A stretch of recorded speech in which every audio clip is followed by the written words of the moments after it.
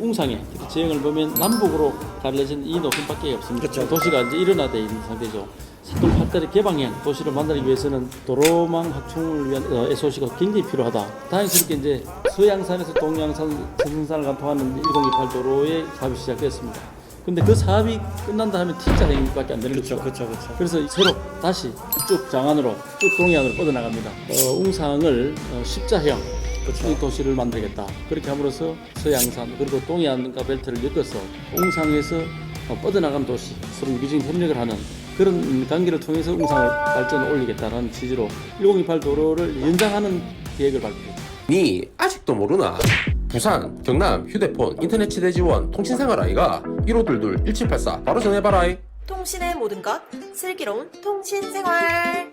네, 안녕하세요. 쌤TV 한옥문을 열어라의 한옥문이 아니고 김대규 PD입니다. 이제는 우리 후보님이죠. 위원장님이 아닌 후보님이죠. 네, 그렇습니다. 네, 이제 후보님한테 물어볼 게 너무 많은 거예요. 그리고 어려운 것도 많고 저번 주에 좀 이어서 양산 을의 핵심 도시 중에 하나인 웅산 얘기를 좀 더 하고 네네. 예, 넘어가도록 하겠습니다.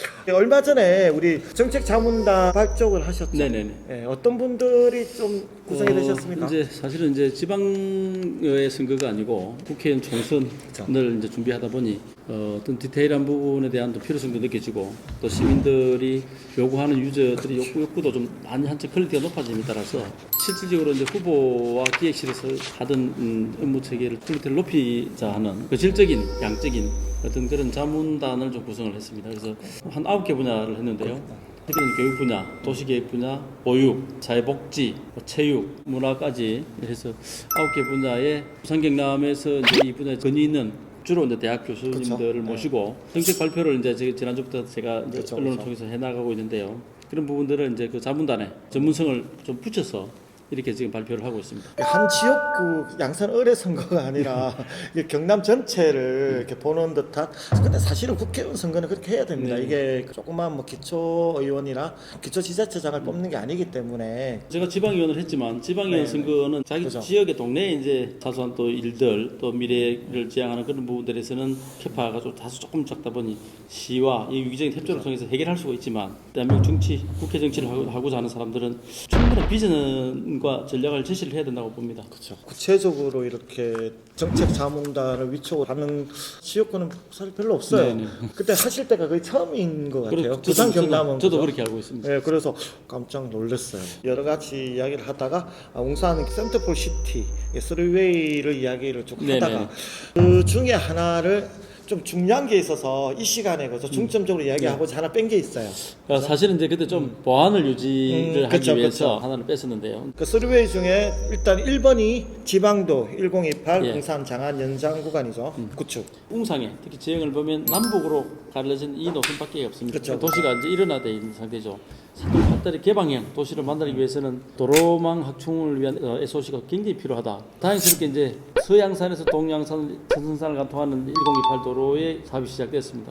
근데 그 사업이 끝난다 하면 T자 행위밖에 안 되는 거죠. 그렇죠. 그래서 이걸 깎이는 한계가 있다. 그래서 새로 다시 쭉 장안으로 쭉 동해안으로 뻗어나갑니다. 이번에 제가 발표한 게 웅상을 십자형 그렇죠. 이 도시를 만들겠다. 그렇게 함으로써 서양산 그리고 동해안과 벨트를 엮어서 웅상에서 뻗어나가는 도시, 서로 유기적인 협력을 하는 그런 관계를 통해서 웅상을 발전을 올리겠다는 취지로 1028 도로를 연장하는 계획을 발표했죠. 그렇죠. 그러니까 우리가 그런 얘기 하잖아요. 로마는 유럽의 모든 길에 통한다라는 것처럼 그 네네. 사통팔달, 여기서 말하자면 웅상이 이제 센터폴 시티의 네네. 사통팔달이 된다는 얘기인 거잖아요. 네. 전체적인 이제 우리 양산 동북 부울경에서 놓고 본다면 지정학적인 위치는 상당히 좋습니다. 계양 부산 가덕도 공항과도 가깝고 또 부산 신항 인접도 있고요.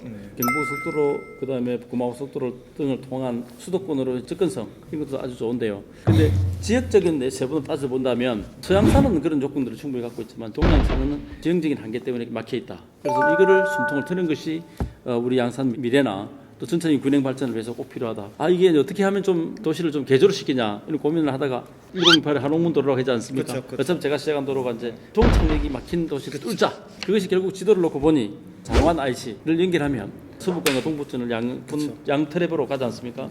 그러면 거의 묶을 수 있겠구나. 웅상이라는 작은 이 지역 한계를 벗어날 수 있는 길을 마련한다.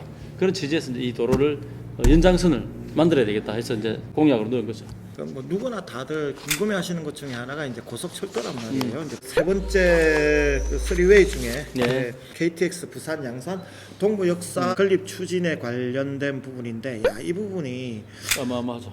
지금 현재 이제 기장군의 인구가 18만, 그렇죠. 또 금정구가 22만 하면 부산만 해도 이게 40만. 그렇죠.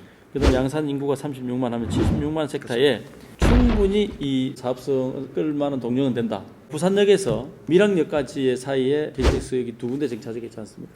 구포역이 있고요.